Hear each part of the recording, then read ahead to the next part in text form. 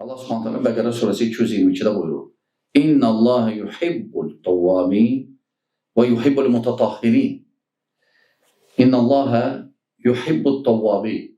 Allah tövbə edənləri sevir və həmçinin və yuhibbul mutatahhirin və təmizkarları sevir. Və tövbə, bilirsiniz, tövbənin mənası qayıtmaqdır. Lüğəti cəhətdən qayıtmaqdır. Və şəri cəhətdən günahlardan qayıtmaq. Və Allah Teala buyurur Tevvab.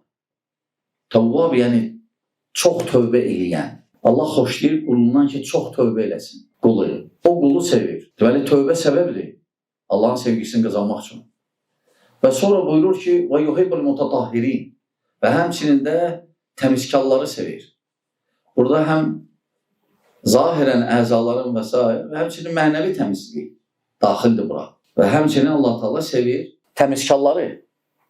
Həm zahirən əzalar və s. həmçinin də mənəvi daxili təmizlik. Və bu ayə həmçinin dəlildir ki, tövbə təmizliyir. Fikir versən, birinci tövbə gəldi, sonra təmizlik. Yəni tövbə ilə təmizdən. Tövbə ilə təmizdən. Təmiz olmaq istəyirsənsə gərək tövbə eləyəsən.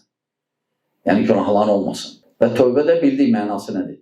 Qayıtmaq və şəri cəhətdən günahlardan qayıtmaq. Şərtləri var, şərtlərdən gərək vaxtında olar. Çünki elə vaxt var ki, tövbə qəbul deyil. Məsələn, ölən vaxtı artıq, ruh uçan vaxtı. Və ya məsələn, bir də o günaha qayıtmamaq. Onda tövbənin savabını qazanacaqsan. Əgər istəyirsən tövbən nə çox tövbə olsun, o tövbədə dayan, qayıtma. Sonra peşmançılıq.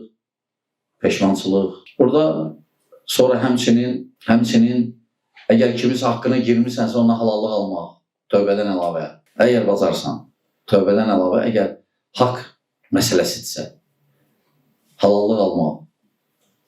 Bu tövbənin şərtləridir, qardaşlar.